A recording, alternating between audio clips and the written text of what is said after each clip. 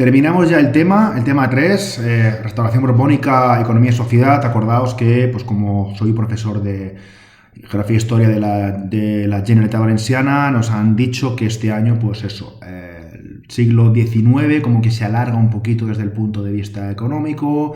Tampoco tenemos que dar el reinado de Alfonso XIII, en fin, estas cosas raras que pasan y tal, pues bueno. Yo aquí pues acato órdenes, sobre todo para mi alumnado, e intento pues presentar este podcast que básicamente ya sabéis que es como un resumen de lo que damos en clase y todo el rollo este. Entonces, en cuanto a los movimientos sociales, vamos a hablar básicamente del movimiento obrero. Vamos a hablar del feminismo también y acabaremos hablando un poquito del antimilitarismo, ¿vale? Pues digamos que estos movimientos que en España pues se van formando, se van gestando, ¿vale? En cuanto al movimiento obrero ya hemos hablado de la formación del PSOE, ya hemos hablado del anarquismo, ya hablamos también en el tema anterior, ¿vale? Entonces, pues bueno, digamos que hasta aquí dentro del juego político lo tenían un poquito restringido hasta que se aprueba la Ley de Asociaciones de 1887, ¿vale? Y vamos a insistir en esto. El anarquismo en España era mayoritario, estaba más relacionado con el campo, mientras que el socialismo estaba más vinculado con las fábricas, ¿vale? Con el sector secundario de las grandes ciudades, de las medianas y grandes ciudades. Entonces, digamos que el anarquismo, aparte de Andalucía, es verdad, también se concentraba en Cataluña, ¿no? En Cataluña, digamos que habrá pues, una corriente más pacífica, otra más violenta. Tendremos fenómenos como la Semana Trágica de 1909, que es la fotografía que ilustra este vídeo, si lo estáis viendo por YouTube. Entonces, pues bueno, como decíamos, ¿vale? El anarquismo. Esto está muy resumido, ¿vale? Es decir, habría que matizar muchísimas cosas y muchas digamos, muchos temas, muchos personajes y tal, pero bueno, también esto es un resumen. Había como una vía pacífica más vinculada con la lucha obrera, ¿vale? Es decir, no necesariamente pacífica, es decir, había, digamos, episodios violentos, ¿vale? Y luego otros más, eso sí, estos más orientados hacia la violencia, que organizó atentados. En España mataron a muchos presidentes del gobierno, ¿no? Uno de los más sonados fue Cánovas, en 1897, pero también asesinaron a Canalejas, por ejemplo, ¿no?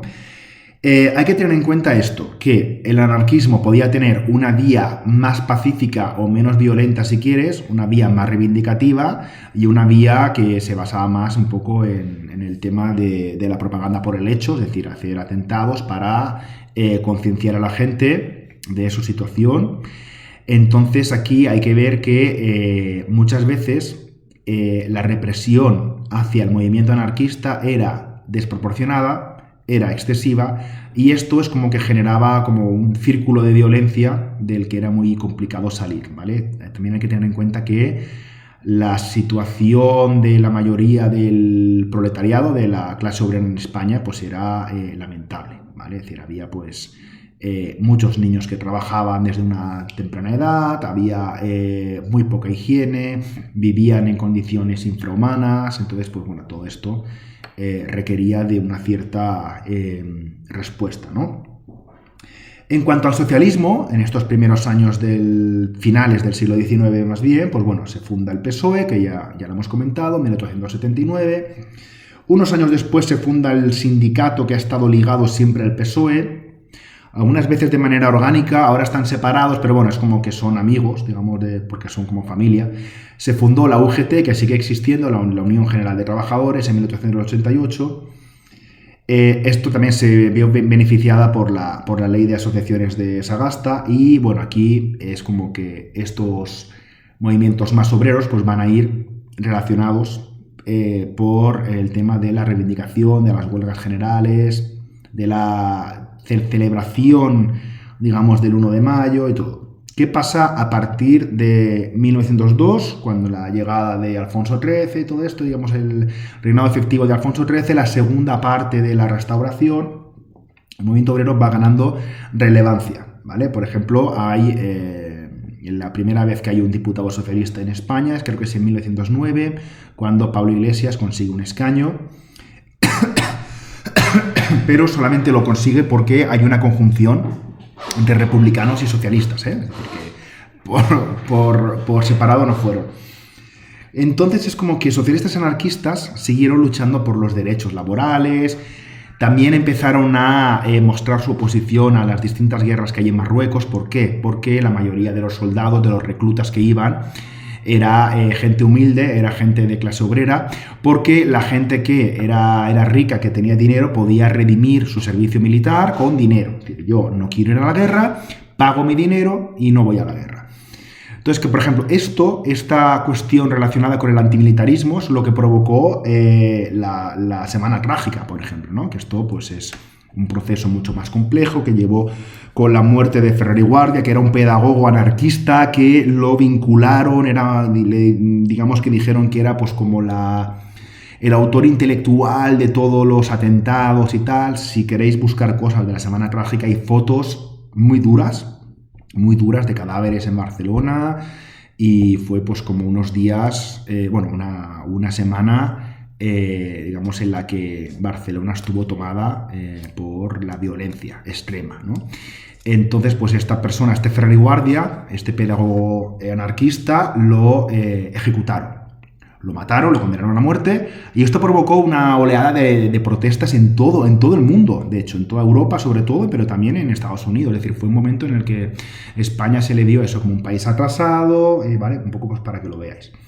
Luego, ¿qué otros momentos clave podemos señalar dentro del movimiento obrero, ¿no? Pues por ejemplo, en 1917 hubo como una crisis, que fue como una crisis triple que hubo en España, que afecta al mundo militar, al mundo político y al mundo laboral, ¿no? El tema del mundo laboral, la UGT y la CNT era el sindicato de los anarquistas, la Confederación Nacional de Trabajadores, organizaron una huelga general conjunta, ¿vale? Es decir, muchas veces habían estado como enfadados y peleados, pero bueno, ellos esperaban que los militares se les unieran. Los militares protestaban por una cuestión de los ascensos, del dinero que tenían y todo, pero es como que los militares dijeron que no, que tampoco iban a meterse en esos follones y tal.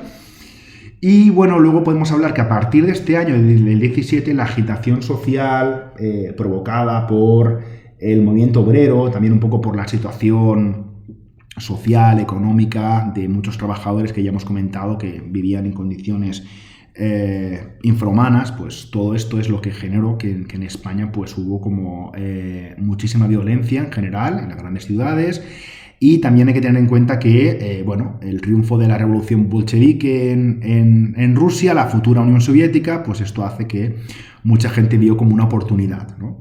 Y toda esta, tensión social, todo este problema de los militares y tal, todo esto se metió como en una coctelera, y esto derivó con el inicio de la dictadura de Primo de Rivera, que eso lo veremos en el siguiente punto, veremos como un resumen un poco de qué nos llevó a la Segunda República, porque el siguiente punto será la Segunda República. Entonces, digamos, ¿qué nos llevará a la Segunda República? Pues un poco todo esto, ¿vale? Y no me gustaría acabar este tema sin hablar de otro movimiento social que estaba en auge, sobre todo a principios del siglo XX, que es el feminismo, ¿vale? Feminismo, en un primer lugar, estuvo vinculado con los movimientos sufragistas, es decir, mujeres que querían votar. Ya nos hemos cansado de hablar durante todo este tema y en temas anteriores que cuando hablamos de sufragio universal nos referimos a sufragio universal masculino, ¿vale? Es decir, es el momento en el que las mujeres pueden votar en algunos países, en Australia, Finlandia, Noruega fueron los pioneros. En Estados Unidos, después de la Primera Guerra Mundial, esto es curioso porque es como que ayudaron en casa, claro, muchos maridos, muchos hijos estaban peleando en Europa y digamos que ayudaron en casa, y claro, entonces era como una de las reivindicaciones cuando volvieron los maridos y los hijos y tal, cuando se acabó la guerra. Una de las reivindicaciones fue que nosotras hemos demostrado que tenemos el derecho, o sea, que nos hemos ganado el derecho a votar, ¿no? Eso también pasó en el Reino Unido. En España fue un poco como más lento, ¿vale? En España sí que es verdad que en España, en algunas elecciones locales de la dictadura de Primo de Rivera se permitía votar a mujeres, algunas mujeres, no a todas, pero no se llegó a implementar todo este sufragio universal para todo el mundo, ¿no? Entonces en España el movimiento no tuvo tanta repercusión, este movimiento sufragista, y es un movimiento más conservador y católico. Por ejemplo, la asistencia, la beneficencia, cuestiones un poco sobre la educación de las mujeres, a darles un mínimo de educación a las mujeres.